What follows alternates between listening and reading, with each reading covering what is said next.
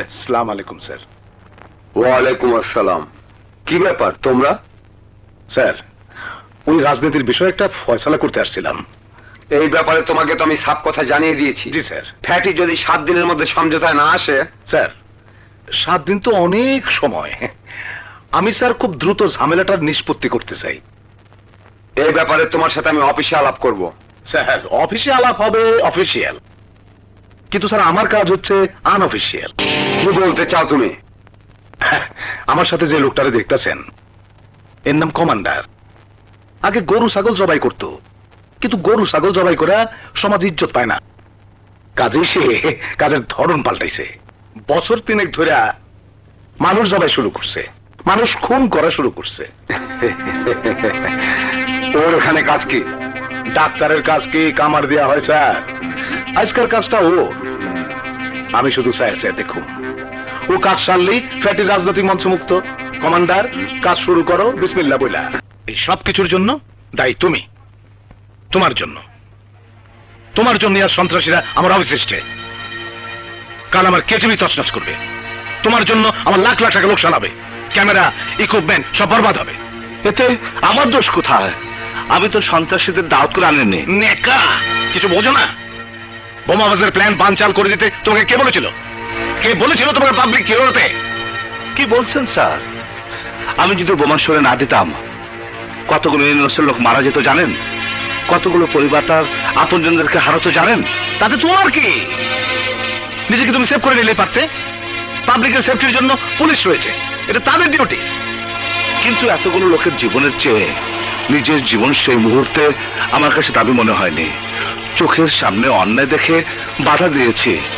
আপনি বলুন, এটাকে আমি ভুল করেছি স্যার? ব্যক্তিগত জীবনের বাইরে আমাদের কি কোনো সোশ্যাল কমিটমেন্ট নেই? এই রাষ্ট্র, এই সমাজের প্রতি আমাদের কি কোনো দায়িত্ব নেই স্যার? দায়িত্ব? আরে মিয়া, তোমার মতো কত শিক্ষিত বেকার যুবক রাস্তায় লাথি কত খাচ্ছে। চাকরি নামে একটা সোনার হরিণের পেছনে ছুটে ক্লান্ত হয়ে ফুটপাতে কুকুর বেড়ালের সঙ্গে ঘুমাচ্ছে। আমি তোমাকে দয়া করে একটা চাকরি দিয়েছি। তোমার উচিত হচ্ছে ঝুট ঝামেলা এড়িয়ে কেটিভির দায়িত্ব পালন করা। যাও গো,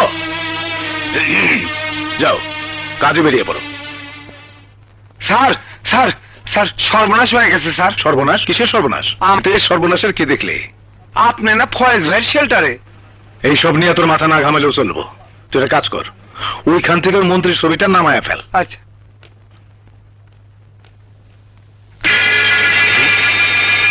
একই স্যার, মন্ত্রী ছবির নিচে ফ্যাটি ভাইয়ের ছবি। বুঝলি না? না।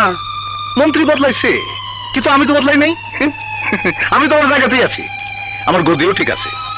এখন আমার একটাই কাজ, ফ্যাটি রহমানকে প্রমোট করা। নির্বাচনে তাকে পাশ করাতেই হবে। ফয়েজ ভাইয়ের আশীর্বাদে টিভি চ্যানেলে পারমিশন পাচ্ছিলাম, আর ফ্যাটি মন্ত্রী হলে এই আমি দৈনিক পত্রিকার পারমিশন পাবো। ও কোরবান, আমার জানেমান আছি বড় আরামে। কি বলো কি? কখন যে ডিগবাজি দিয়ে অন্য দলে যোগ দেবে তুমি টেরি পাবো না। সেই কারণেই ওরে আমি সবসময় লোভ লালসার ভেতরে রাখি। একটা কথা মনে রাখবা, আমাদের মতো দেশে পুলিশ, রাজনীতিবিদ আর সাংবাদিক কোনোদিন বন্ধু হয় না। তা তো বুঝলাম, কিন্তু আমারে কি করতে হইব? কাছে আসো, কানে কানে বলি।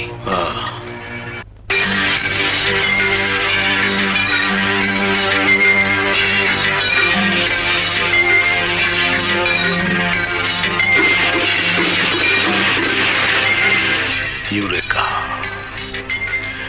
তুমি তো সেই মিজান চৌধুরীর একমাত্র মেয়ে। এবার তোমাকে বাগে আনতে আমার আর সময় লাগবে না।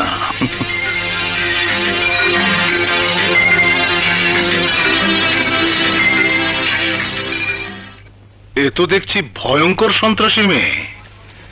ভিডিও করার সময় তোমাকে দেখে ফেলেনি তো? হ্যাঁ স্যার, দেখেছে। হ্যাঁ, তাহলে তো সুযোগ পেলেই সে তোমাকে আক্রমণ করবে।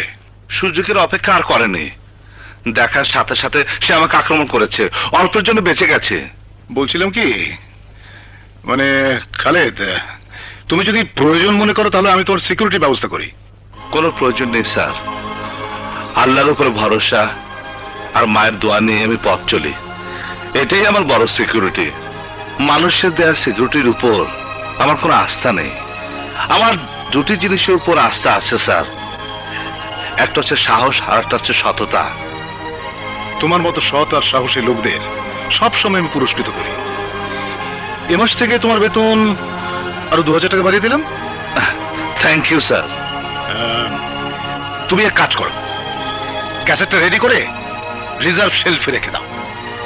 এবারে বিশ্ব নারী দিবসে এটা প্রচার করব। আমি নিশ্চিত নারী দিবসে এটা প্রচার করা হলে সরকারের পক্ষ থেকে তুমি একটা স্বীকৃতি পেয়ে যাবে। Cheer up, cheer up, cheer up. কাজ করো। ও ইয়ে না, ঠিক আছে। ব্যাপারটা কি, ভালো কোনো প্রোগ্রাম তৈরি করলে রিজার্ভে রেখে দেয়, গার্মেন্টস শ্রমিকদের তৈরি করা প্রোগ্রামটা রিজার্ভে রেখে দিয়েছে। ব্যাপারটা জটিল মনে হচ্ছে। ঠিক আছে, আমার ব্যবস্থা আমাকে করতে হবে।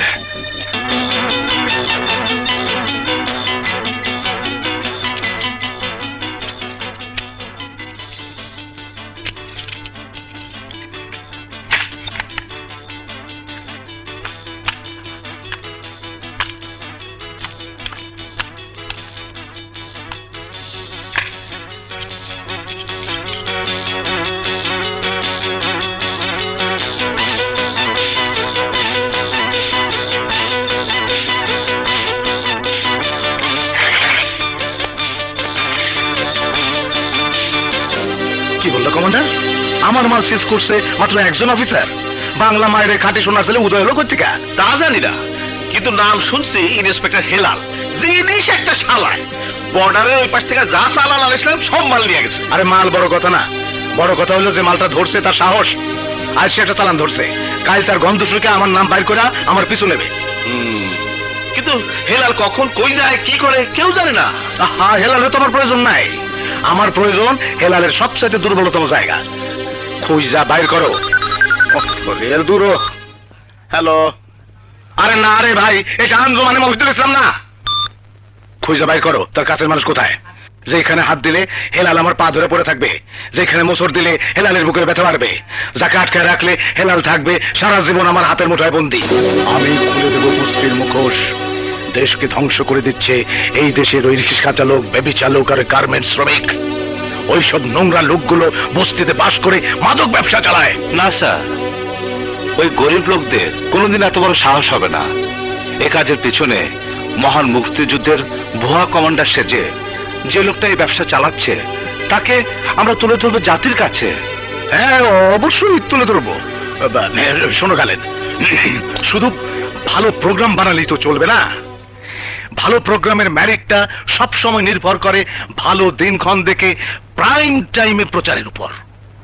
আমার ধারণা এই প্রোগ্রামটা বিশ্ব মাদক বিরোধী দিবসে প্রচার হলে এটা একটা নতুন মাত্রা পাবে।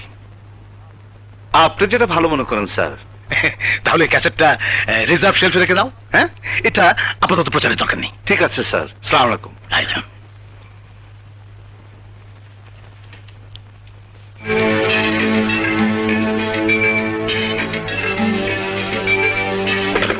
ঘটছে জানো? নতুন কিছুই তো ঘটে নাই। অনেক বড় দুর্ঘটনা ঘটে গেছে। বস্তির সব গোপন বিষয় ফাঁস হয়ে গেছে। আমার চ্যানেলের লোক সব ভিডিও করে নিয়ে এসেছে। হ্যাঁ, ক্যাসেটগুলো এখন আমার হাতে আছে। শোনো, আর কোনো সাংবাদিক যেন বস্তিতে ঢুকতে না পারে সেই ব্যবস্থা করো। কি আমার এত বড় বেকুব বানালো? প্যাকেজ নাটকের কথা কইয়া আমার সবকিছু ক্যামেরায় তুলে নিয়ে গেল। সবারে শিক্ষা দিল। মিলন মিলন করে কাজের নামে ঠনঠনা গারো লিপস্টিক দিয়ে ঘুরে বেড়ায়। আমাকে দেখেছেন স্যার? হ্যাঁ, ওই রিজার্ভ সেলফ থেকে ক্যাসেটগুলো গেল কোথায়? ক্যাসেট দিয়ে আপনি কি করবেন? আরে পার্টিকে দেখাতে হবে না? কোন পার্টিকে দেখাবেন স্যার? সবকিছু জানতে চেও না। আমার প্রোগ্রাম আর আমি জানবো না? খালেদ, প্রোগ্রামগুলোর মালিক কিন্তু আমি। টাকার বিনিময়ে তোমাকে দিয়ে আমি এগুলো তৈরি করেছি। আপনি শুধু একজন ফাইন্যান্সার। জীবনের ঝুঁকি নিয়ে আমি এই প্রোগ্রামগুলো তৈরি করেছি, কাজে এগুলোর প্রকৃত মালিক আমি। তুমি কিন্তু সীমা অতিক্রম করছো খালেদ। যা সত্যি আমি তাই বলেছি। আপনি গার্মেন্টস শ্রমিকদের নিয়ে প্রোগ্রাম তৈরি করে বাংলাদেশের শিশু শ্রম এই শিরোনাম দিয়ে প্রোগ্রামটি একটি বিদেশি সংস্থার কাছে আপনি বিক্রি করে দিলেন, বিনিময়ে আপনি অনেক টাকা পেলেন। এদেশের গার্মেন্টসের কাজ চলে গেল অন্য দেশে, আর এদেশের গার্মেন্টস শ্রমিকরা কাজের অভাবে না খেয়ে কষ্ট করছে, ঘর ভাড়া দিতে না পেরে ঘাড় ধাক্কা খাচ্ছে। অথচ প্রতি বছরই এই দেশ থেকে অনেক শিশু পাচার হচ্ছে আরব দেশে, উটের জকি হিসেবে ব্যবহার হচ্ছে। শিশু পাচার নিয়ে একটা অনুষ্ঠান করতে চাইলাম, অথচ আপনি তাতে রাজি হলেন না। দেশের ভাবমূর্তি আর অর্থনীতি আমার বিষয় নয়, আমার বিষয় হচ্ছে আমার নিজের অর্থনীতি। আমার কাছে টাকা জাদু, টাকা মধু, টাকা জিন্দাবাদ, আর কিছু বুঝি না আমি। শোনো খালেদ, বেশি তেড়েবেড়ি করলে আমি তোকে চাকরি থেকে বরখাস্ত করব। মিস্টার কুরবান আলী, আমি তোকে চিনে গেছি। তোর সব অপকর্ম আমি দেশের জনগণের কাছে প্রচার করব। খালেদ চুপ! তোর চাকরিতে ইস্তফা দিলাম।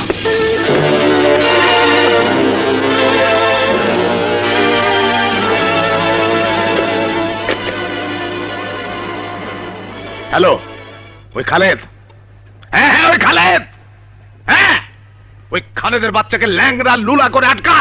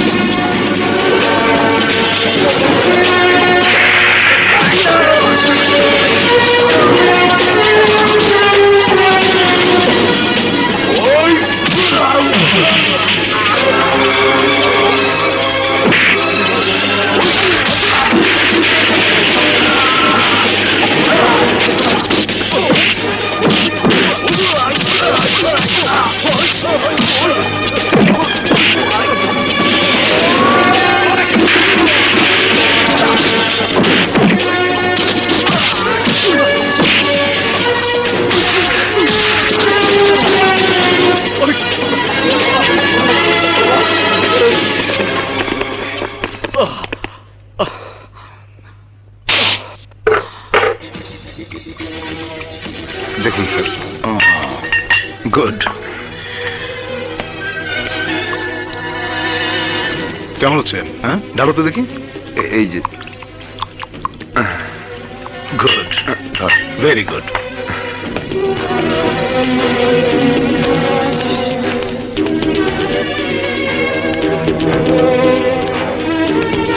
Good evening my friend. Good evening. কি ব্যাপার, হঠাৎ করে আপনারা সবাই ঢাকায়?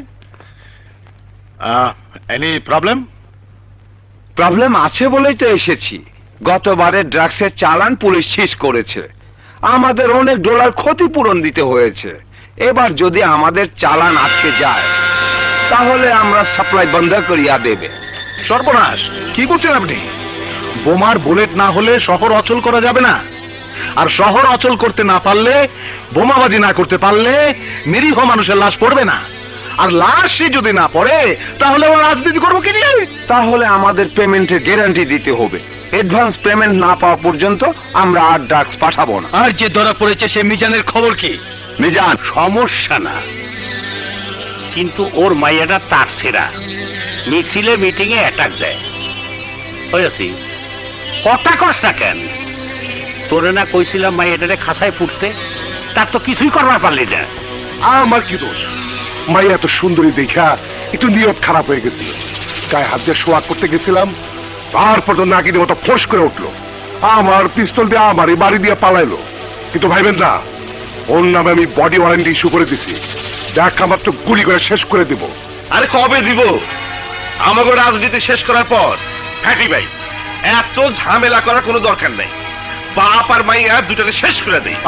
আরে না কমান্ডার, না, অত কিছু করার দরকার নাই। আমাদের টার্গেট ক্ষমতা। আমাদের টার্গেট ফ্যাটিকে ক্ষমতায় বসানো। আমার চ্যানেল কভারেজ দেবে, মিডিয়ায় সরকারের বিরুদ্ধে খবর প্রচার করে পতন ঘটাবে। এরপর বের করব পত্রিকা, মিডিয়া কু করে ক্ষমতায় বসাবো ফ্যাটিকে। তার জন্য যত লাশ প্রয়োজন ফেলবো, যত আইন ভাঙতে হয় ভাঙবো, but I want power. Hello, আমি ক্যাসেটটা চাই। তোর জারি জুরি খতম। দেশ টিভিতে আমাদের কুকর্মের ভিডিও প্রচার করে দেশ ও জনগণের কাছে আমাদের ভিলেন বানাতে চেয়েছিলি না? হ্যাঁ, আরে আমার বাপ দাদারা ছিল হিটলারের বংশধর, আর আমার সাথে করে হিটলারই। হ্যাঁ, কি বলতে চাস তুই পরিষ্কার করে বল। পরিষ্কার করে বলতেছি, মন দিয়ে শোন। দুইটা জিনিস বড় প্রয়োজন ছিল আমার। একটা দেশ টিভিতে জমা দেওয়া তোর ওই ক্যাসেট, অন্যটা কি তোর লাশ। ক্যাসেটটা, ওই দেশ টিভিতে জমা দেওয়ার ক্যাসেটটা এখন আমার হাতে, বাকি আছে তোর লাশ। ওটা খুব শিগগিরই কুরবান। আরে চিৎকার করে গলা ফাটায় কোনো লাভ নাই। কুরবান এই সমাজের একজন সম্ভ্রান্ত লোক, তার মান সম্মান নিয়ে তুই যদি আবার টানাটানি করছস, তাহলে তোর লাশ। আরে মিজান, তুই মাইন্ড করিস না বন্ধু, তোর পরিণতি আমারে খুব কষ্ট দিতেছে, বুকটা আমার ফাইটা হইতেছে। এরই নামজানি করলাম আমরা, আর সাজা হইল বিচারে। এইটা কেমন বিচার হইল? অকর্বাদ, এটা কেমন বিচার হইল? অপকর্ম করবো আমরা, আর ফাঁসবে মিজানরা। ওদের জন্মই হয়েছে অপরাধ না কইরা শাস্তি ভোগ করার জন্য।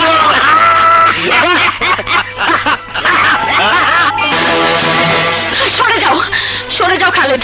একটা মিথ্যা অপবাদ মাথায় নিয়ে আমার বাবা আমারই চোখের সামনে এত বড় শাস্তি ভোগ করবে, সন্তান হয়ে আমি তা সহ্য করতে পারবো না। খালেদ, সরে যাও, ওদেরকে আমি গুলি করে মারবো। সরে যাও খালেদ, ছেড়ে দাও আমাকে। মারো আমাকে, আমাকে মারো, কিন্তু ওদেরকে আমি ছাড়বো না। শেলি, অধৈর্য হয়েও না, আমার উপর বিশ্বাস রাখো।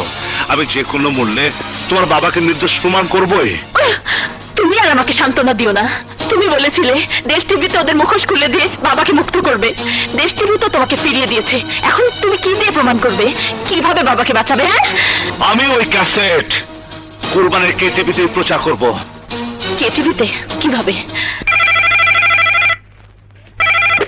হ্যালো, কে? তোর বাপ। হারামির বাচ্চা, তুই তৈরি হয়ে থাক, আমি আসছি। তোদের সব অপকর্মের প্রমাণ আমি দেশ ও জাতির কাছে প্রচার করব। প্রচার করবি? কোথায় প্রচার করবি? তোর দেশ টিভি তো তোরে। তোর ওই কে টিভিতে প্রচার করব, হারামজাদা। কি প্রচার করবি? ঘোড়ার আন্ডা প্রচার করবি? আরে ক্যাসেট তো আমার কাছে, দেখ। দেখছস? আরে আমাকে এত বোকা ভাবছিস কেন? তুরুপের তাস তো এখন আমার হাতে। মানে? তোর হাতে যে ক্যাসেট আছে ওটা ডুপ্লিকেট কপি, অরিজিনালটা আমার হাতে। তাই নাকি? তাহলে আয়, আয় না, আয়সা দেখ আমার কে টিভির দরজায় তুই পা রাখতে পারোস কিনা। আরে ওই যে তোর ডাকা বোন পিঙ্কি না পিঙ্কি, আরে তার যে জামাই হেলাল, সেই তো আমার গেটে দাঁড়ান হয়ে আমার পাহারা দিব। আর তাছাড়া এই ক্যাসেট প্রচার করেই বা কি করবি? রায় যা হবার তো হয়ে গেছে। দেশ ও জাতির কাছে তোদের মুখোশ খুলে দিয়ে ওই আদালতের রায় আমি পাল্টে দেব, জানোয়ারের বাচ্চা।